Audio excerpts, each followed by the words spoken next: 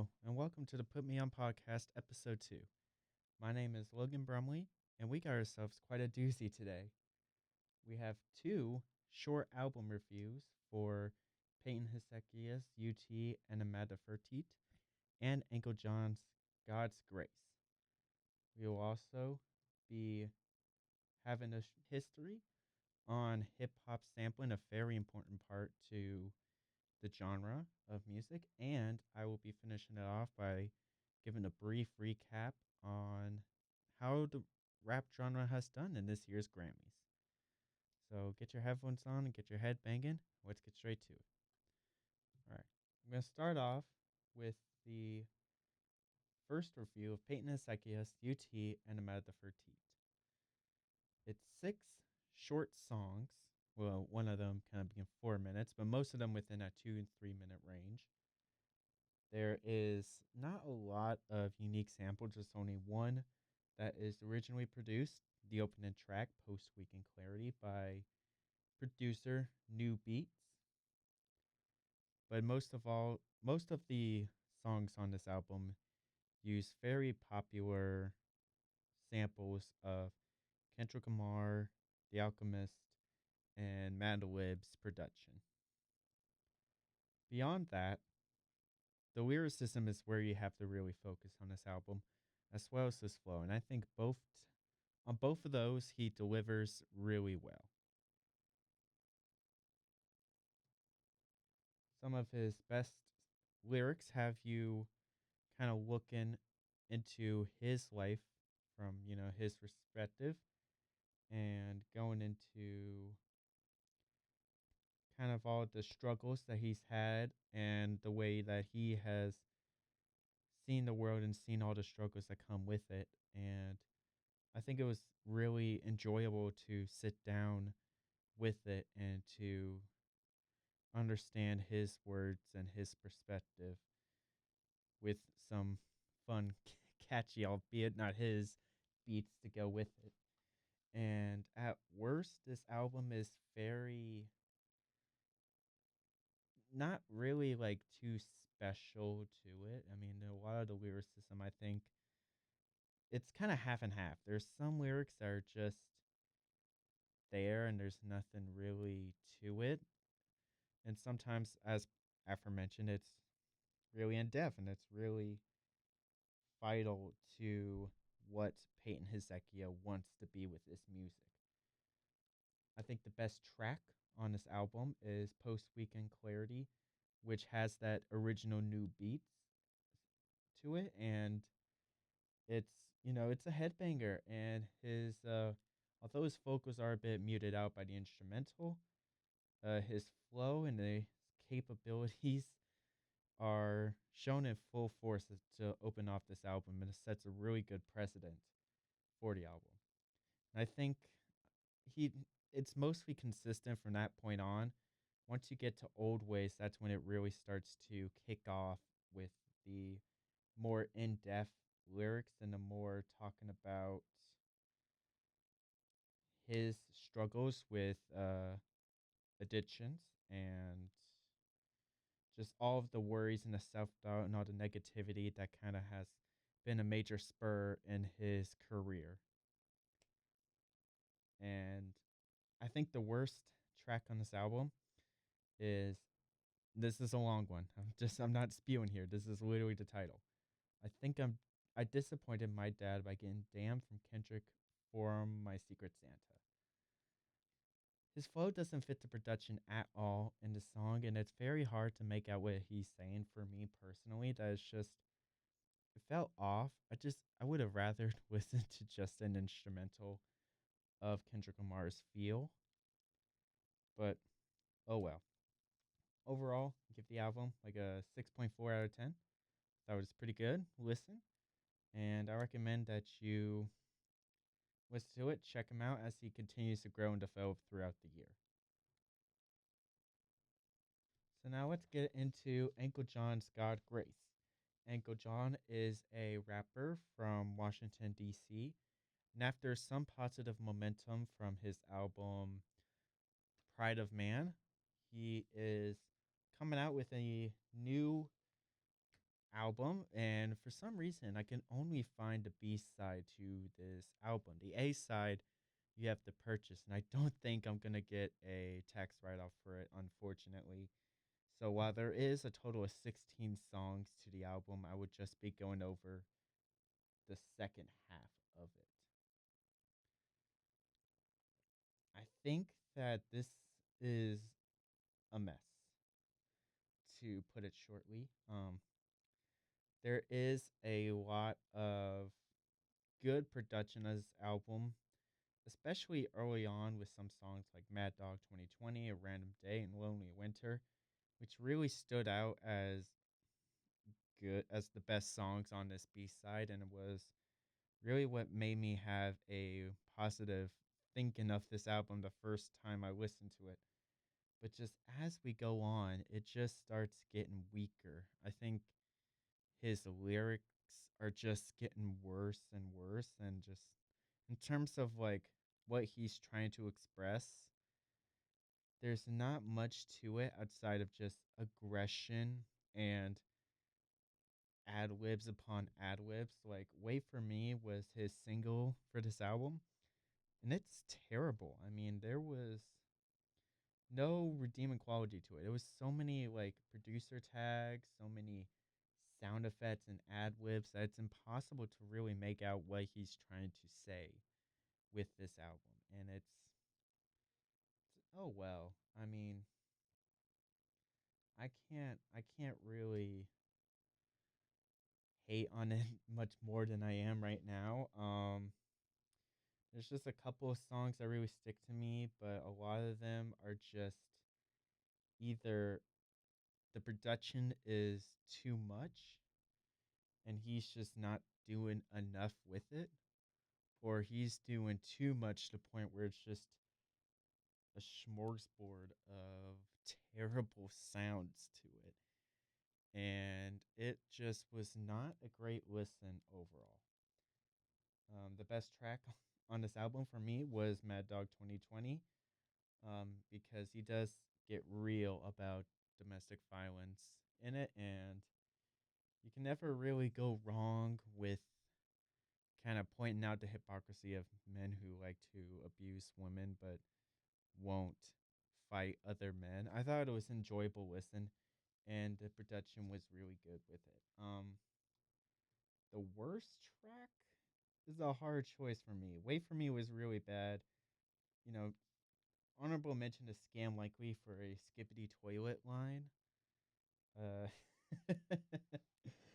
that was rough. It was something, all right. Overall, I gave the album a 4.8 out of 10. I wouldn't listen to it unless if you just really want to listen to something. I mean, like I said, there's a couple of good, decent sides, but it's not worth $20 to buy the whole thing. Now, let's talk about sampling.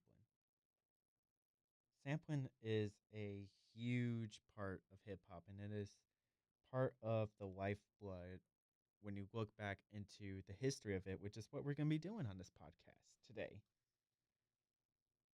Sampling really began in the 1970s when DJs would use the scratch and mixes of instrumentals to create some funky sounds as part of that whole 1970s funk craze with, like the Bee Gees, John Travolta. There was some really good producers that were really the pioneers of hip hop, from Grandmaster Flash, Africa Bambata, Cool Herc with Cool in the Gang. It was just, there was something special that was brewing, and the production of it is really where you can see it happening. It really took full swing in the 1980s when you started to see producers like Larry Smith, Rick Rubin, and Marley Marl creating some classic sounds and albums for a variety of different hip hop groups and artists that were really starting to kick off the genre and start to build it from just being purely underground. I mean, think of Rapper's Delight, or some or an amazing production album with Paul's Boutique by the Beastie Boys. and then some others like Run DMC, the Juice Crew. I could go on. There is so much to it that was being built up that you just could not ignore it as we start to head into the 90s. 1990s and the 2000s saw a rise. There was just more and more that were starting to be made because there's so many different elements and ways to sample with splicing and looping, and it was there was so much to it. There was so much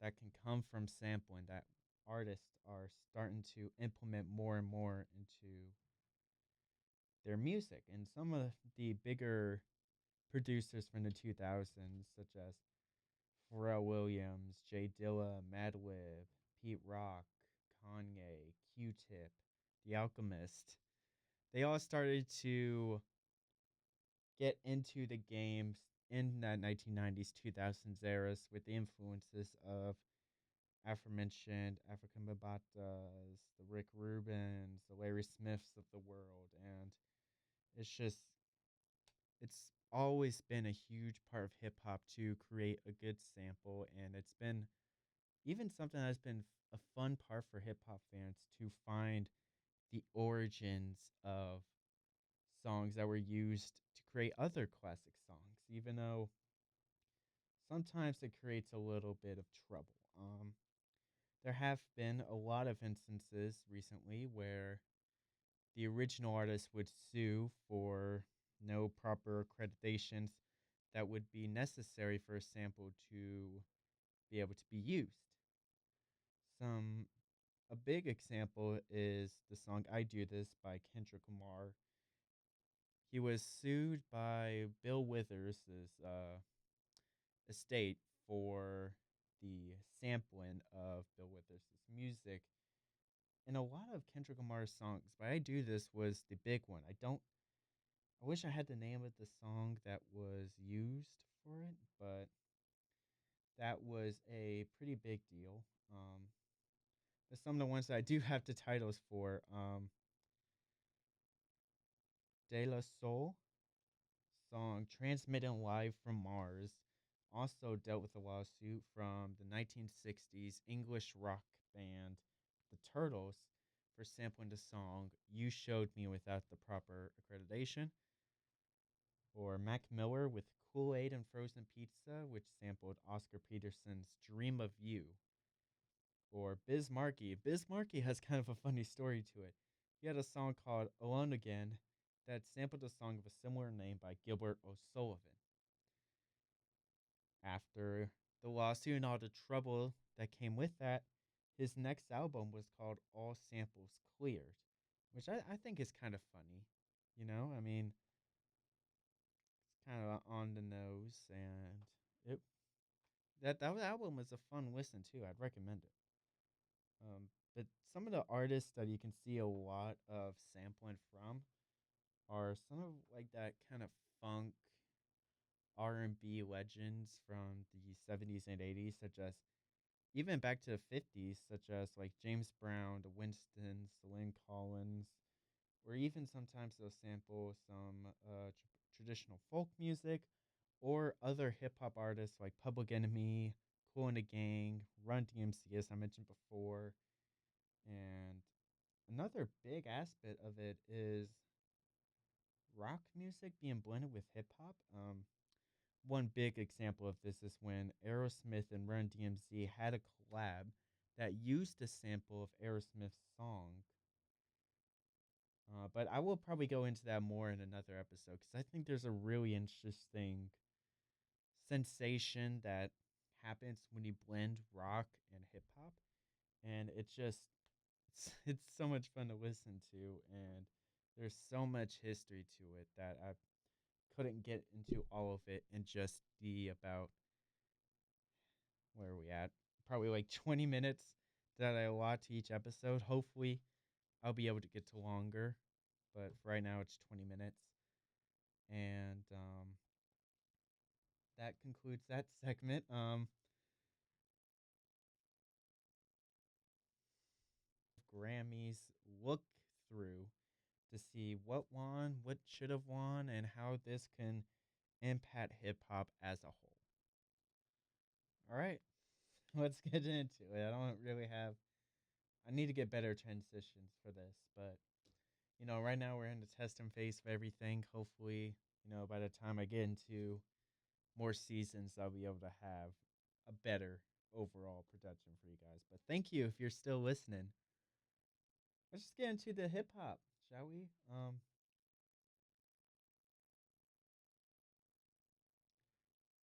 Doshi, she fi- she finally has been recognized by the mainstream for winning Best Rap Album with Alligator Bites Never Heal, and I think that was a pretty easy choice for the Academy not to knock him down. But that was the one of the best hip hop albums of the year that got nominated. I mean, I wish that Schoolboy Q's Blue Lips could have gotten nominated. That was my personal pick. But oh well. Doshi was a pretty good complimentary prize, I guess you can say, in that domain. But she's an amazing hip hop artist. She is the third woman. I mean, she's now up in that upper echelon of female rappers with Cardi B and Lauryn Hill. And I could argue that she is going to rise her way up to the kind of sensation that Lauryn Hill became with the miseducation of Lauryn Hill. She is that talented. Some of my favorite songs on the album were, her bigger ones like Catfish and Denial is a River. I mean, she's good. She has great flow. I love it when she gets aggressive. The production never lacks in this album. I know she isn't the primary producer, but the people she has on is really good. And when it comes to the overall span of hip hop, I think it would be great to see more female rappers and female musicians really get their shine.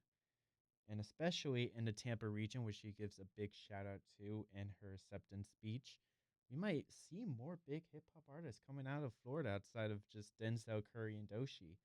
That's going to be fun to see. Both of those artists are pretty good. So, she's setting the bar high on that one. Kendrick Lamar, also, he swept a lot of big categories. I know it's not rare for a song to win both song and record of the year, but it's the first hip hop song, not like us, it's the first hip hop song to do so since Childish Gambino's This Is America. And I think we're starting to see this big sort of musical revolution where, pop is the biggest music that's out there right now. You hear on almost every radio station that isn't specialized towards a certain genre. And we're going to be seeing that again with hip hop, I believe. I think it's going to start really making this big push into the mainstream, and that's largely thanks to artists like Kendrick Lamar and Tyler the Creator, who are starting to take the world by storm. With the Super Bowl performance coming up, I'm excited for that. I can't wait to see what they got going on, and there's an amazing precedent that's being set for hip hop right now. This is the time where we're going to see a huge wave of artists that we haven't seen since the 90s, and it's going to be an amazing ride. So make sure to buckle up and get on the road. And that concludes today's episode of the Put Me On podcast. Thank you very much for listening. If you would like to be a co-host on the show, I'm accepting, 1-2 co-host, whoever's willing to come on with me. Just email me at ljbrumley@ncsu. I'll most likely reply and be able to get you on with me. I'd love to have someone to. I shouldn't delve too much into that. That makes me sound lonely. But thank you very much for listening. I hope you are having a great day. I hope you continue to have a great day. And yeah, keep that head rocking.